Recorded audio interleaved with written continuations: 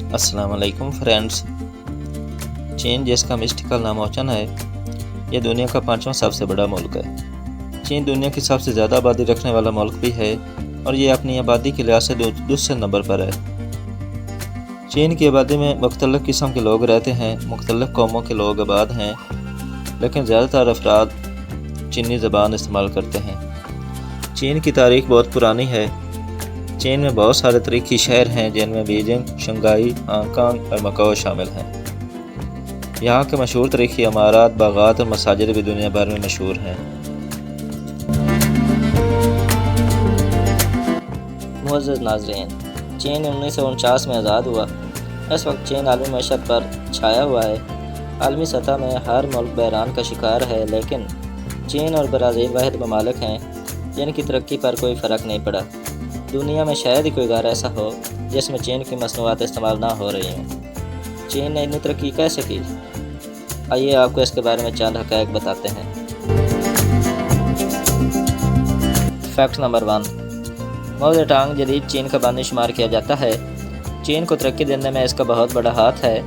चीन के लोग अफ्यून और हेरोइन के नशे खिलाते में मुब्तला थे, लेकिन माओ ज़ेडुंग ने अपनी कौम से ये लत छुड़वा कर इसे दुनिया की एक मेहनती कौम बना दिया। फैक्ट नंबर 2, माओ ज़ेडुंग ने तारीख़ के सबसे बड़े लॉन्ग मार्च के दौरान अपनी कौम को हिदायत की थी कि वो लॉन्ग मार्च के दौरान चने और गर्म पानी अपने साथ रखें। चने थोड़े से खाने से आप लोगों की भूख मिट जाएगी और गर्म पानी आपको पेट की बीमारियों से बचाएगा। आज भी चीनी कौम गर्म पानी इस्तेमाल करती है, जिसकी वजह से ये कौम सेहतमंद और तवाना है। दोस्तों, अब आप जान ही गए होंगे कि चीनी कौम को गर्म पानी इस्तेमाल करने की आदत कहाँ से पड़ी।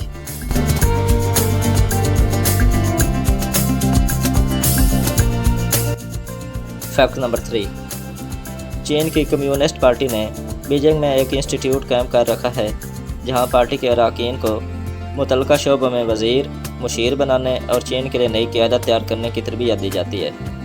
तरबियत मुकम्मल होने के बाद इनको सर्टिफिकेट दिया जाता है।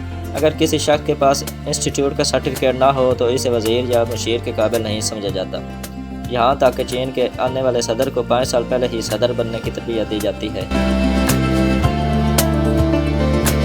फैक्ट नंबर 4, दोस्तों ये बड़ी इंटरेस्टिंग फैक्ट है और मुझे उम्मीद है कि बहुत सारे अफराद इसको नहीं जानते होंगे। तो फैक्ट ये है कि चीन के रहनुमा माओ ज़ेडुंग जो हैं, इनको ये एज़ाज़ हासिल है कि इंग्लिश जानने के बावजूद उन्होंने अपनी पूरी ज़िंदगी में कभी अंग्रेज़ी नहीं बोली। यहाँ तक कि अगर उसे अंग्रेज़ी में लतीफ़ा भी सुनाया जाता तो वो इस वक्त तक हंसता नहीं था जब तक कि इसका तर्जुमा नहीं किया जाता। फैक्ट नंबर 5, चीन के तमाम लोग बशमूल अफसरान, मज़दूर सब मिलकर एक ही जैसा खाना खाते हैं। इसके अलावा किसी भी मुल्क जाते हैं तो वो अपने साथ चीनी मसनूआत भी ले आते हैं ताकि दुनिया को चीन की मसनूआत से मुतारिफ़ कराया जा सके। फैक्ट नंबर 6, चीन में चोरी की सज़ा मौत है और चोर को पकड़ कर सर पर गोली मारी जाती है।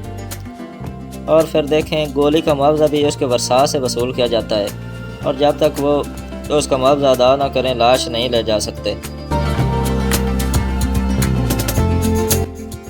फैक्ट नंबर 7, चीन में इस वक्त 50,000 मल्टीनेशनल कंपनियां काम कर रही हैं और उनमें सिर्फ 35,000 शंघाई में मौजूद हैं। फैक्ट नंबर 8, चीन के लोगों का एहतजाज का तरीका बहुत मुनफरद है। जिस दिन वो एहतजाज करते हैं वो हमारी तरह सारे काम छोड़कर नहीं बैठ जाते। वो 24 घंटे काम करते रहते हैं, यही इनका एहतजाज है। फैक्ट नंबर 9, चीन के लोग दीवार चीन को अहमियत नहीं देते।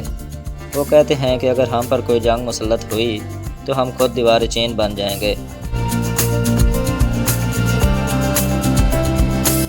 फैक्ट नंबर 10, चीन में दुनिया की सबसे ज़्यादा बुलंदी पर वाक़ बुर्ज मौजूद है, जो बुर्ज खलीफा के नाम से मशहूर है।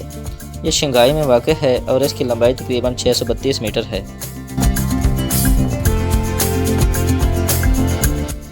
फैक्ट नंबर 11, चीन के नाम को मशीन से भी मंसूब किया जाता है, जिसका मतलब है मशीनों का मुल्क।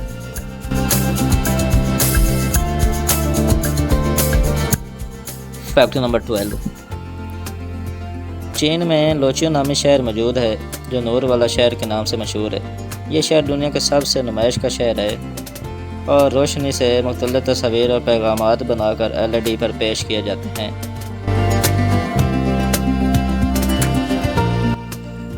फैक्ट नंबर 13, चीन में चांग चांग चाय नामी बर्तन मशहूर हैं जो इन्फिनिटी क्वाबी बरागरेस के नाम से मशहूर हैं। ये बर्तन दोनों तरफ से पीने के लिए इस्तेमाल किया जा सकता है और इसका इन्फिनिटी वक्त भी मौजूद होता है। फैक्ट नंबर 14, चीन में वुहान नामी शहर मौजूद है जहाँ Wuhan ice and snow world के नाम से दुनिया का सबसे बड़ा आइस पार्क मौजूद है। यहाँ मनाज़िर, बर्फ़ के घर और बहुत सी बर्फीली सरगर्मियाँ मशहूर हैं। तो दोस्तों, आखिर में हम आपको करप्शन के हवाले से एक वाक़या सुनाते हैं। अयूब खान के दौर में वहाँ के ऑर्डिनेंस कॉम्प्लेक्स की तामीर की गई तो चीन के एक वफ़द ने दौरा किया और उन्होंने दौरे के दौरान इमारत को टपकते हुए पाया। मेज़बान ने मज़द खा रवैया अख्तियार करते हुए कहा कि इमारत अभी नई नई बनी है इसलिए टपक रही है। तो चीन के एक रुकन ने हंसते हुए कहा कि शुरू में हमारी इमारतें भी टपकती थीं, लेकिन हमने एक ठेकेदार को गोली मार दी। इसके बाद इमारत नई हो या पुरानी कभी नहीं टपकती। चीन एक कलरफुल और फैंसी कंट्री है जिसकी हिस्ट्री, पॉपुलेशन, आर्किटेक्चर और कल्चर देखने के लायक हैं।